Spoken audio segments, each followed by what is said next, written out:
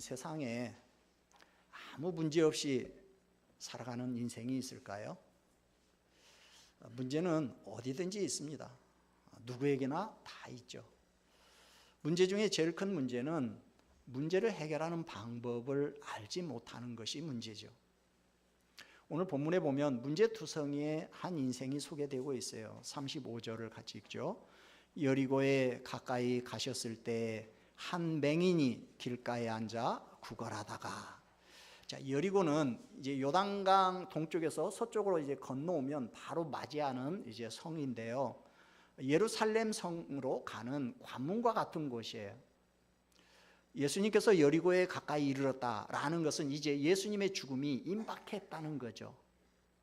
근데 오늘 본문하고 이제 평행 구절인 그 마태복음에 보면 여리고에서 떠나갈 때 이렇게 돼 있거든요. 또 마가복음을 보면 여리고에서 나가실 때 이렇게 돼 있어요. 근데 오늘 누가복음을 보면 여리고에 가까이 가셨을 때 이렇게 돼 있거든요. 서로 이게 뭔가 맞지 않는 거 아니냐 이렇게 생각하실 수가 있는데, 헤롯 대왕이 여리고에다가 오늘날로 말하면 신도시를 이렇게 건설했어요. 여리고 남쪽에다가 조금 떨어져서 신여리고를 만들어 놨어요.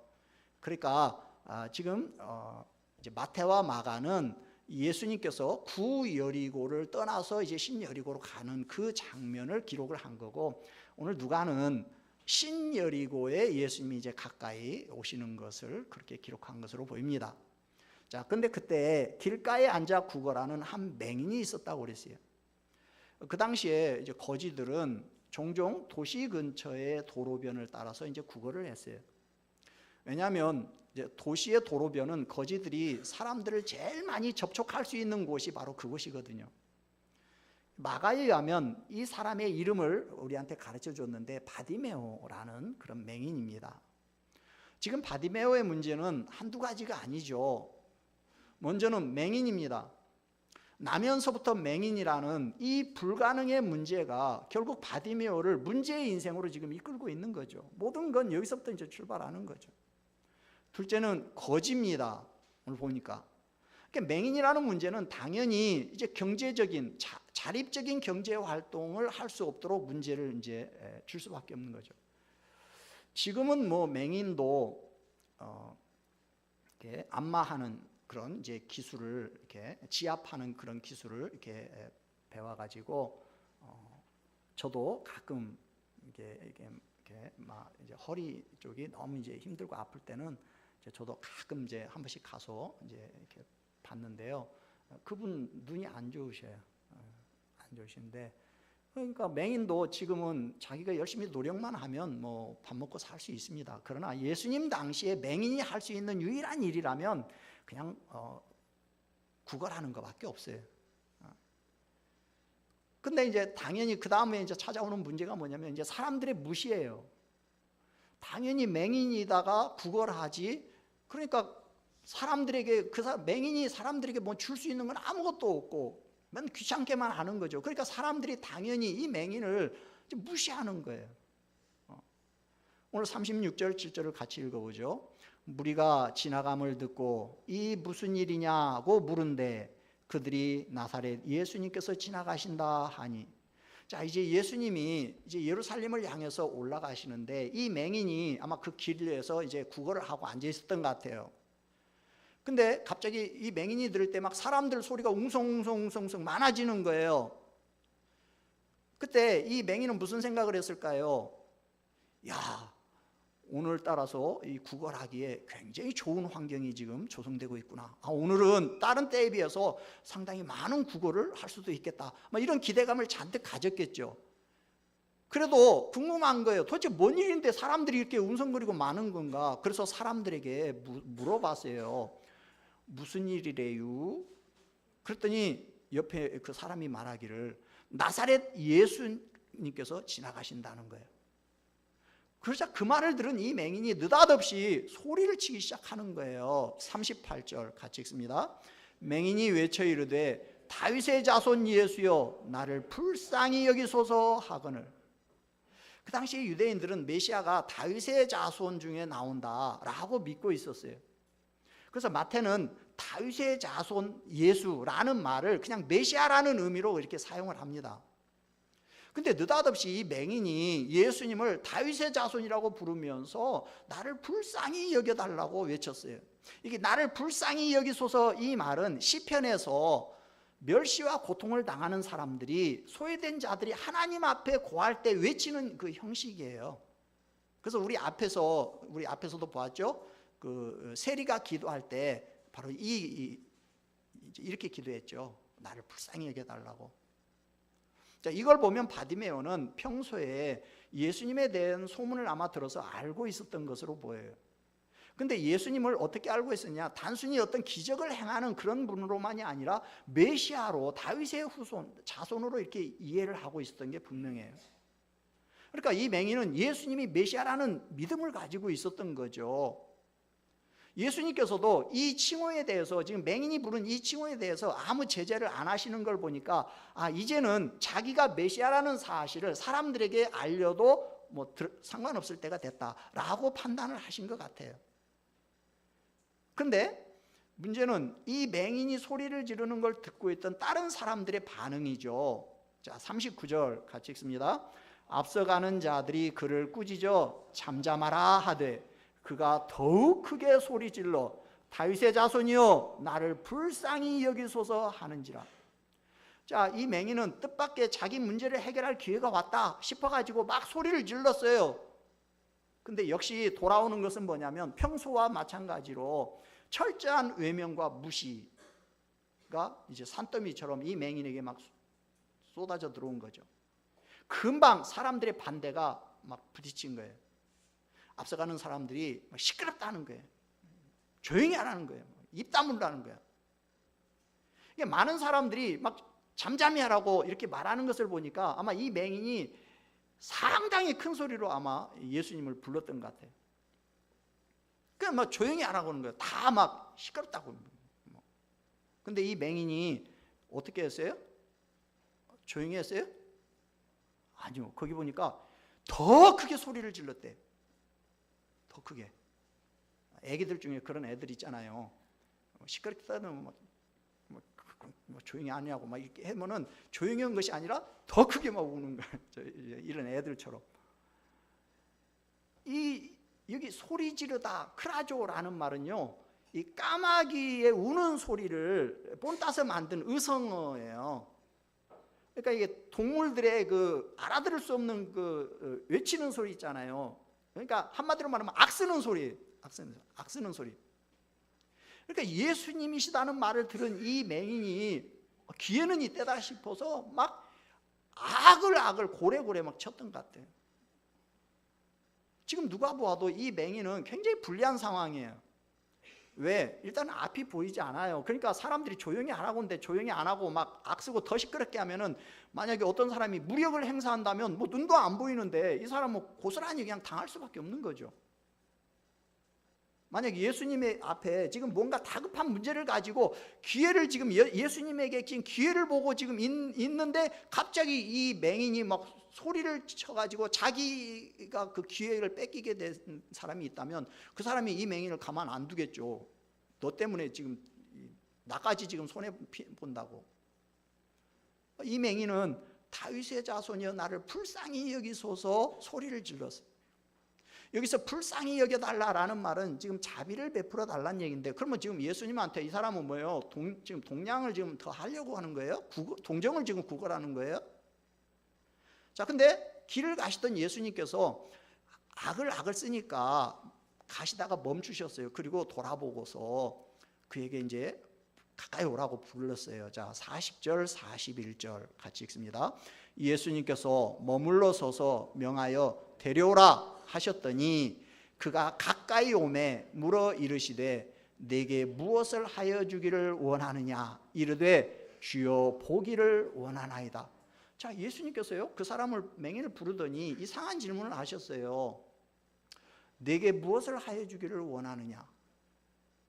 여러분, 예수님이 벌써 한눈에 딱 봐도 그 사람은 뭐예요? 맹인에다가 거지예요. 그렇다면 맹인에게 내가 너한테 무엇을 해주기를 원하느냐라고 물으실 필요가 있을까요, 없을까요? 아니 물으나 마나 맹인이 지금 무슨 대답하겠어요? 이 맹인의 필요가 뭐겠어요? 뭐 누가 보든지 대답은 뭐 뻔하죠. 하나예요. 맹인이 원하는 것은 보는 거예요. 눈 떠서 보는 거. 그거 너무나 분명하죠. 굳이 물어보지 않아도 이 맹인의 목적과 이 맹인의 필요가 지금 뭔지 너무나 분명히 드러나고 있어요. 근데 주님께서 물으셨어요. 내가 너한테 뭘 해줬으면 좋겠냐? 왜 이런 질문을 지금 하실까요?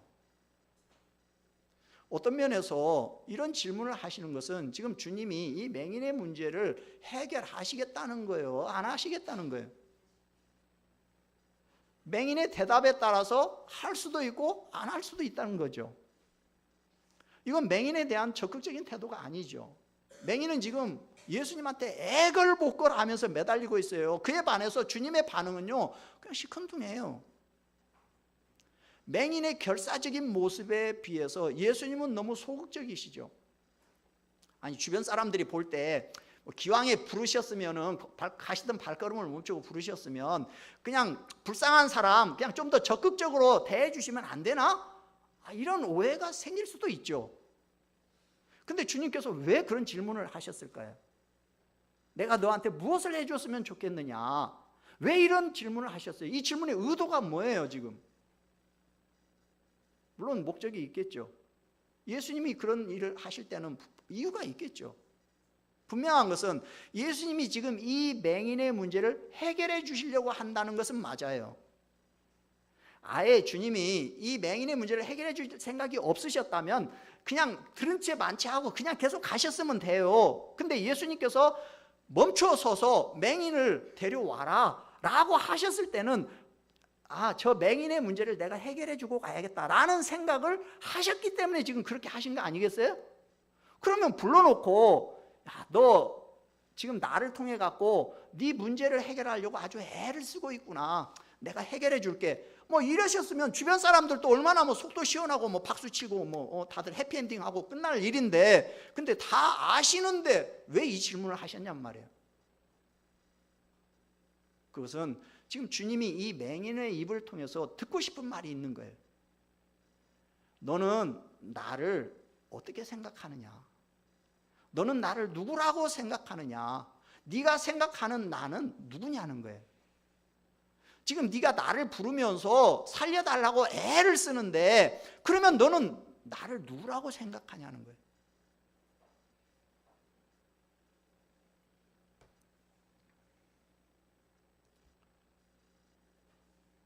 예수님의 이 질문은요, 맹인의 필요를 알고 싶어서 지금 물으시는 질문이 아니고요, 맹인의 믿음을 유도하거나 맹인의 고백의 시간을 주기 위해서 이 질문을 던지신 거예요. 그러니까 예수님은 항상 보면 병자가 됐든 뭐 죄인이 됐든 항상 이런 식의 질문을 던지시고 난 다음에 그 질문의 대답으로 이제 대답대로 이루어 주시거든요. 그러니까 예수님은 우리가 예수님을 어떻게 신앙하는가를 듣기를 원하셔요. 예수님에게 나오는 사람들의 신앙 고백을 듣기를 원하셔요. 예수님은 이 맹인이 예수님을 어떤 분으로 지금 고백하는가를 듣고 싶으신 거예요. 내가 네게 무엇하여 주기를 원하느냐라는 질문은 바꾸면 너는 내가 너한테 무엇을 해줄 수 있는 사람으로 나를 알고 있느냐라는 말이에요. 너는 나를 누구라고 믿느냐는 거예요. 너는 내가 정말로 네 문제를 해결할 수 있다고 믿느냐는 거예요. 내가 맹인의 눈을 뜨게 할 것이라고 정말로 믿느냐는 거예요. 주님은 이 맹인의 문제를 해결하시기 전에 이 맹인이 가지고 있는 예수님에 대한 신앙 고백을 들으시고 싶으셨던 거예요. 만약에 이 맹인이 얼마의 돈을 좀 달라고 요구하는 그런 것이었다면 아마 예수님께서 당장 들어주셨겠죠. 가룟 유다한테 야, 저 한 덩어리 그냥 던져줘라. 뭐 이렇게 하면 그냥 끝나는 거예요. 아니면 이 맹인이 자기의 필요가 아니라 아버지나 어머니의 필요를 위해서 예수님의 걸음을 멈춰 세웠다면 역시 그 필요도 뭐 들어주셨겠죠. 근데 지금 이 맹인이 요구하는 건 뭐냐면 눈을 뜨게 해달라는 거예요. 눈을. 그런데 구약 시대에 보면 선지자들, 특별히 이사야 선지자는 메시아가 왔을 때 일어날 일을 예언했는데 그 중에 첫 번째가 뭐냐면 맹인이 눈을 뜬다는 거예요. 자, 요즘 우리가 지금 수요일 날 이제 수요 예배 때 지금 이사야 강해를 하고 있는데요. 요즘 이제 이사야 49장 지금 강해하고 있는데요. 이사야서는요 구약의 복음서라고 할 수 있는 정말 좋은 성경이에요. 정말 좋은 성경이에요. 근데 너무 안타까운 것은 정말 성도님들이 안 듣는다는 거예요. 수요 예배 때 너무 안 나오셔요. 너무 안타까운데요. 자, 우리 35장 한번 5절을 보겠습니다. 자, 이사야 35장은 이제 새 왕국 이스라엘이 임할 축복을 노래하면서 지금 제일 먼저 말하는 게 뭐냐면 바로 역시 맹인이 눈을 뜬다는 거예요. 이사야 35장 5절 같이 읽어보죠. 그때 맹인의 눈이 밝을 것이며, 여기 그때라는 건 메시아가 왔을 때예요. 메시아가 왔을 때 맹인의 눈이 첫 번째 일어나는 현상이 뭐냐면 맹인의 눈이 떠진다는 거예요. 자, 이사야 42장은 이사야서에는 4개의 종의 노래가 나와요. 근데 그 중에 이제 첫 번째 종의 노래가 이사야 42장인데요. 자, 42장 7절을 한번 보세요. 자, 메시아의 사역을 노래합니다. 나중에 메시아가 왔을 때 하실 사역을 노래하는데 첫 번째가 뭐냐면 자, 42장 7절 같이 읽어보죠. 내가 눈먼 자들의 눈을 밝히며 갇힌 자를 감옥에서 이끄는. 그러니까 이사야 선지자가 계속 말하는 게 뭐냐면 나중에 메시아가 오면 일어날 메시아가 할 사역을 이야기하는데 첫 번째가 항상 뭐냐면 맹인의 눈을 뜨게 해준다는 거야. 그 뒤로 이스라엘 백성들은 메시아가 오면 맹인의 눈을 뜨게 한다라는 사실을 늘 믿고 있는 거야. 그러니까 지금 맹인의 눈을 뜨게 하는 건 누가 할 수 있는 일이다? 이건 메시아가 할 수 있는 일인 거예요. 맹인의 눈을 뜨게 하는 건. 근데 지금 이 맹인이 자기를 불쌍히 여겨주셔서 내 눈을 뜨게 해달라는 거야. 그 말은 이 맹인이 지금 예수님을 누구로 믿고 있다는 거예요? 예수님이 이사야 선지자가 예언한 바로 그 여호와의 종 메시아라는 거예요. 메시아. 결국 내가 내게 무엇을 하여 주기를 원하느냐라는 예수님의 질문은 너는 정말로 내가 맹인의 눈을 뜨게 한다는 그 메시아라고 믿느냐라는 질문인 거예요. 자, 이 맹인이 뭐라고 대답했어요? 41절 같이 읽습니다. 내게 무엇을 하여 주기를 원하느냐 이르되 주여 보기를 원하나이다. 자, 맹인의 대답이 뭐였냐면 주여 보기를 원하나이다 그랬는데 이제 이게 한국어 번역에 있어서 좀 이제 맹점인데요. 맹인의 대답이 꼭 신앙 고백처럼 들리는 것이 아니라 어떤 맹인의 욕심처럼 그렇게 들리거든요. 근데 실제 원문을 보면요, 나는 당신이 나를 고쳐서 볼 수 있게 하시는 분으로 믿습니다 이렇게 돼 있어요. 즉 당신은 맹인의 눈을 뜨게 하실 수 있는 분으로 믿는다는 거예요. 나는 당신이 내 문제를 해결할 수 있는 분, 근데 내 문제가 뭐냐면 맹인의 눈을 뜨게 할 수 있는 분으로 믿습니다 라는 고백을 지금 맹인이 한 거예요. 그 말은 나는 당신을 메시아로 믿습니다 이 고백인 거예요. 예수님은 이사야 선지자가 예언했던 맹인의 눈을 뜨게 하는 바로 그 메시아시라는 고백인 거예요. 지금 맹인은 예수님을 자신의 눈을 뜨게 해주는 분, 구원자, 메시아, 그리스도라는 거예요. 그리스도. 예수님은 이 맹인의 그 고백을 믿음이라고 정해 주셨어요. 42절 같이 읽습니다. 예수님께서 그에게 이르시되 보라 내 믿음이 너를 구원하였느니라. 자, 주님은 내 믿음이 너를 구원했다 그랬는데 여기서 주님이 말씀하시는 맹인의 믿음이 뭐예요? 지금 주님이 말씀하시는 믿음이라는 건 맹인이 예수님을 어떻게 생각하느냐에 대한 그런 신앙 고백인데요. 즉 맹인이 예수님을 구약시대 선지자들이 예언한 바로 그 메시아로 믿는다는 그 믿음. 주님은 맹인의 모든 것을 다 무시하고 단도직입적으로 물으셨어요. 너는 나를 누구라고 믿고 나한테 지금 눈을 뜨게 해달라고 요구하느냐, 매달리느냐 그랬더니 나는 당신이 구약의 선지자들이 예언한 맹인의 눈을 뜨게 해준다는 바로 그 메시아로 믿습니다 라고 고백을 한 거예요. 주님은 이 맹인의 신앙 고백을 들으시고 내 믿음이 너를 구원하였다 그러셨어요. 이 말씀은 내 믿음대로 될 것이다 라는 말이에요. 그것이 내 믿음이라면 네가 보게 될 것이다 그런 얘기예요. 영어를 보면 이제 시제가 따르게 되어 있는데요, 그것이 만약 너의 진짜 믿음이라면 보게 될 것이라는 거예요. 근데 맹인이 어떻게 됐어요? 그 자리에서 눈이 떠졌어요. 43절 같이 읽습니다. 곧 보게 되어 하나님께 영광을 돌리며 예수님을 따르니 백성이 다 이를 보고 하나님을 찬양하니라. 그러니까 맹인이 그 자리에서 보게 됐다라는 얘기는 맹인의 그 믿음이 진짜라는 거예요? 가짜라는 거예요? 진짜 믿음이라는 거예요. 주님 진짜 저 주님 믿어요. 그랬더니 그래? 네 믿음이 진짜라면 네 믿음대로 될 거야 라고 했는데 근데 아무 일도 안 일어났어. 그것은 그 사람의 믿음이 진짜가 아니라는 거죠. 진짜 믿음이. 주님은 지금 이 맹인의 신앙 고백을 통해서 지금 그의 문제를 해결해 주셨어요. 예수님은 바로 이 믿음으로 자신의 소원이 이루어진다는 사실을 지금 말씀하고 있는 거예요. 이 맹인처럼 꼭 예수님을 대면하지 않아도 정말로 주님을 향해서 올바른 신앙 고백을 가진 사람이라면 문제가 해결된다는 거예요. 소원이 이루어진다는 거예요. 이 맹인은 어떤 생각을 가지고 있어요?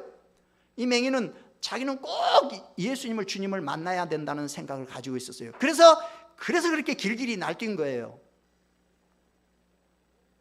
너 조용히 해, 잠잠해. 그 말은 뭐냐면 너 주님 만날 수 없어 그 얘기거든요.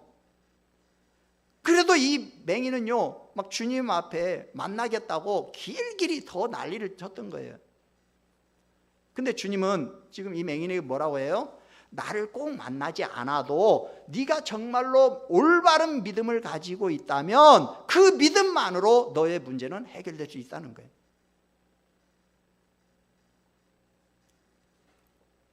내 믿음이 너를 구원하였느니라. 이 말은 내가 온전하게 되었다 말인데요, 육신적인 눈만 뜬다는 것이 아니라 메시아를 만나서 너의 죄 문제가 해결되었다는 얘기예요.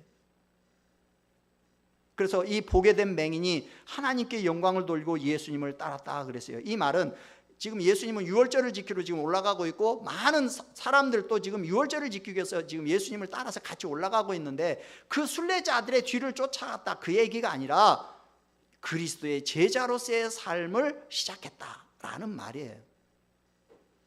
그는 그 자리에서 바로 주님을 따르기로 했고 수많은 주님의 제자들 가운데 한 사람이 됐다는 거죠. 우리는 오늘 이 본문을 이건 마태복음에도 나오고 마가복음에서도 나와요. 우리는 이 본문을 볼 때 맹인이 예수님을 만나서 막 이 한성질을 부렸더니 열심을 냈더니 그래서 자기 문제를 해결받았다, 눈을 떴다, 이런 본문으로 이 성경을 우리는 자꾸 이해합니다. 그러나 오늘 이 본문은 맹인이 눈을 떴다는 데 초점이 있지 않아요. 예수님이 바로 구약의 선지자들이 말한 예언한 메시아시라는 거예요. 즉 예수님이 그리스도라는 거예요. 메시아가 헬라 말로 말하면 그리스도니까 이 믿음이 바로 능력이고 기적이라는 거예요. 예수님이 여리고까지 오셨어요. 그 얘기는 이제 예수님한테 시간이 많이 남아있지 않다는 얘기예요. 여리고에서 예루살렘은 하루길이면 가는 길이에요. 지금 십자가를 눈앞에 두고 있는 지금 상황인데, 근데 그 당시에 모든 종교 지도자들은 예수님을 그리스도라고 아무도 믿고 있지 않았어요.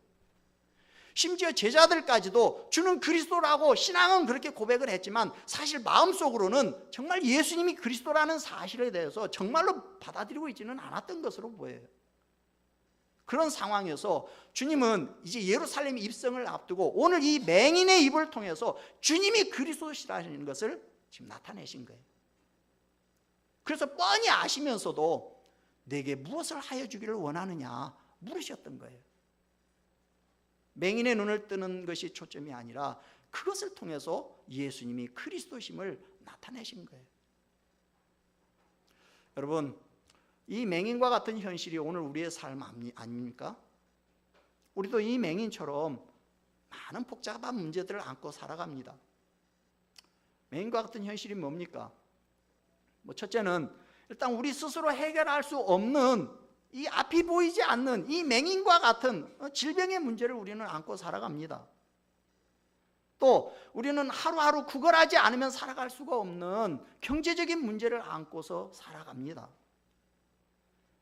우리는 소원은 가졌지만 자기 마음대로 할 수 없는 문제를 안고서 살아갑니다. 눈도 안 보이죠. 사람들은 방해하죠. 주위의 시선, 따가운 시선이 있죠. 거기다가 사람들은 무시하죠. 이런 것이 오늘 우리의 현실이죠. 바디메오라는 말은 디메오의 아들 그런 말이에요.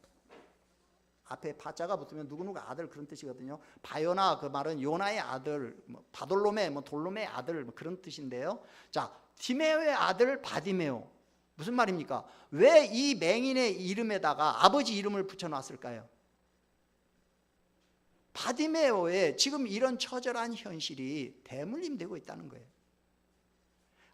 아니 아버지도 맹인이고 아들도 맹인이다 그런 말이 아니고 바디메오가 지금 처한 이 지긋지긋한 현실이 아버지 때부터 대물림되고 있다는 거예요. 가난은 대물림되잖아요. 물론 가끔가다 개천에서 용나는 사람도 하나씩 있지만 지금은 더 힘들죠. 여러분 가진 사람이 자식 교육도 잘 시켜서 그 자식이 또 잘 되는 거죠. 없는 사람은요 교육도 못 시켜서 그 자식이 또 못 되는 거예요. 계속 대물림 되잖아요. 정말 지긋지긋한 할아버지 아버지의 현실이 아들 손자에게로 대물림되고 있는 거예요. 정말 바디메오의 현실만 생각하면 눈앞이 깜깜하죠. 어느 한 곳에서도 도움이 받을 수 없는 그런 지금 상황이에요. 오히려 자기를 방해하거나 무시하지만 않아도 그냥 고마운 거죠. 이런 처절한 맹인의 문제들이 종류는 다르지만 오늘 우리에게도 여전히 존재합니다. 앞이 막막하고 내 스스로는 해결할 수 없는 문제들을 안고 있는 상황이 똑같죠. 여러분 얼마나 막막합니까? 여러분 얼마나 막막했으면 사랑하는 아내와 자식들을 약을 먹여서 죽이고 자기도 약 먹고 자살을 시도했겠어요? 여러분 얼마나 막막했으면 엄마가 애를 껴안고 그냥 아파트에서 뛰어내렸겠어요? 물론 사람들은 사회적인 이슈가 있으니까 그 여자가 정신적으로 문제가 있다고 이런 식으로 말을 하지만 그냥 실제 그 엄마의 입장에서 생각하면 얼마나 앞이 깝깝하고 답답하고 막막했으면 자식과 함께 죽을 생각을 했겠어요? 종류는 다르지만 우리 현실에도 역시 바디메오와 같은 현실이 있어요. 그래서 우리도 이런 문제를 해결하려고 소리를 지르요. 그런데 여러분 우리의 이런 문제도 해결될 수 있어요. 이런 현실에서 우리는 벗어날 수 있습니다. 예수님이 지금 바디메오를 통해서 보여주신 것은 뭐냐면 이런 문제의 굴레에서 벗어날 수 있다는 거예요. 그런데 성도님들은 자꾸만 예수님이 내 문제를 해결해 주지 않는다고 생각을 해요.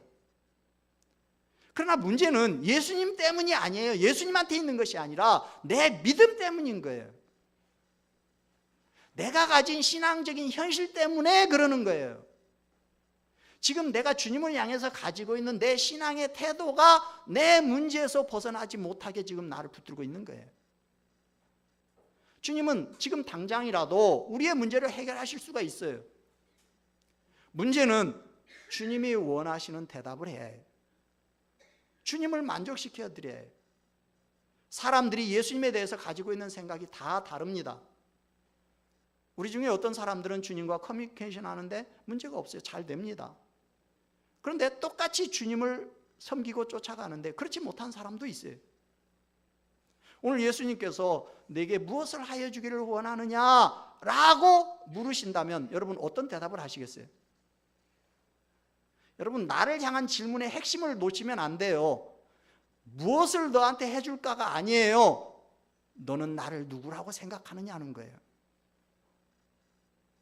예수님은 오늘 예수님을 향한 나의 신앙 고백을 듣기를 원하셔요. 그 신앙 고백이 바로 내 믿음이에요. 내 믿음이 된다면, 내 믿음이 내 현실을 벗어날 수 있다면 그러면 된다는 거예요. 주님은 내 믿음을 보여주기를 원하셔요. 그렇다면 이 믿음이 주님 앞에 보여지기 위해서 우리가 어떻게 해야 합니까? 첫째로 주님을 향해서 달려나와야 해요. 여러분의 그 환경 속에 그냥 눌러 앉아 있지 말고 주님을 향해서 달려나와야 해요. 오늘 이 맹인은 예수시다라는 말을 듣고 예수님 앞에 나왔잖아요. 우리도 예수님 앞으로 나와야 해요. 구원의 기회가 마냥 인생을 기다리고 있는 게 아닙니다. 그렇기 때문에 예수님을 만날 수 있을 때 열심을 다해서 그분 앞으로 나와야 해요. 만약 이 맹인 거지가 주위 사람들을 의식해서 그냥 묵묵히 입 다물고 동냥이나 앉아 있었다면 아마 오늘 그토록 놀라운 체험을 하지는 못했을 겁니다.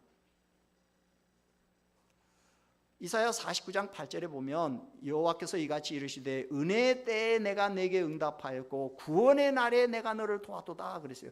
그러니까 여호와의 종은 하나님이 자신의 백성들과 맺은 그 언약을 완성시키고 성취시키기 위해서 은혜의 때에 응답하시겠다는 거예요. 구원의 날에 도와주겠다는 거예요. 근데 사도 바울이 이사야의 이 말씀을 그대로 차용을 해와가지고 고린도후서 6장 보니까 지금이 바로 그때라는 거예요. 보라 지금은 은혜 받을 만한 때요, 보라 지금은 구원의 날이로다 그랬어요. 여러분, 지금이 은혜 받을 때고 지금이 구원 받을 때. 여러분, 문제 속에 그냥 매몰되어서 앉아있지 마시고 주님을 향해서 나오시기를 바랍니다. 둘째는요, 여러분의 문제가 해결될 때까지, 소원이 이루어질 때까지 포기하지 말아야 해요. 포기하지 않는 것이 그게 믿음이에요. 온갖 방해와 꾸짖음을 이겨내고 끝까지 자기 믿음을 지켜야 해요. 믿음이 없는 자들은 믿음의 사람들을 향해서 포기하라고 요구합니다. 상식과 도리를 앞세우면서 믿음의 사람의 행동을 비난해요. 너만 문제가 있냐? 우리 모두 다 문제 있어서 나왔어. 너 혼자 그렇게 너 혼자만 있는 것처럼 그렇게 떠들어대면 그러면 어떻게 해? 그러나 여러분, 믿음의 사람들은 이런 사람, 믿음 없는 사람들의 이런 소리를요 이겨야 해요. 믿음은요 포기하지 않는 거예요. 누구는 성질 없는 줄 알아? 뭐 그러면서 한번 팍 그냥 성질내고 뛰쳐나가면 그때는 시원할지 모르지만 그건 문제 해결하는 방법이 아니에요. 믿음은 온갖 방해에도 끝까지 내 믿음을 포기하지 않는 거예요. 문제가 해결될까지 포기하지 않는 것, 그것이 믿음인 거예요. 세 번째는요, 믿음에는 반드시 결과가 있다는 사실을 믿어야 해요. 우리는 믿음의 결과에 대해서 미리 단언하고 예측할 수는 없어요. 그러나 믿음에는 반드시 결과가 있어요. 예수님을 향한 믿음은 소원을 이루는 능력이에요. 기적을 이루는 능력이에요. 예수님은 맹인의 믿음만큼 기적을 주셨어요. 믿음은 예수님을 통해서 소원을 이루는 거예요. 지금 나의 믿음은 무엇을 하고 있습니까? 이 맹인과 나의 믿음에는 어떤 차이가 있습니까? 오늘 나의 소원을 이루기 위해서 나는 어떻게 해야 합니까? 예수님께서 오늘 나에게도 물으십니다. 내게 무엇을 하여 주기를 원하느냐? 여러분은 뭐라고 대답하시겠습니까? 여러분의 믿음을 한번 보여주시기를 바랍니다. 예수님을 향한 믿음의 고백은 소원을 이루는 비결이에요. 여러분, 문제는 해결되고 소원은 이루어집니다. 나도 문제를 해결받을 수 있는 삶을 살 수 있어요. 내 문제가 해결되고 나도 행복해질 수 있습니다. 나도 어떤 어려운 환경에서든지 벗어날 수 있어요. 근데 내 환경을 벗어날 수 있는 것은요, 그건 돈도 아니고 다른 사람도 아니고 내가 주님에게 보이는 믿음이에요. 힘들수록 어려울수록 주님에 대한 믿음을 지키시기를 바랍니다.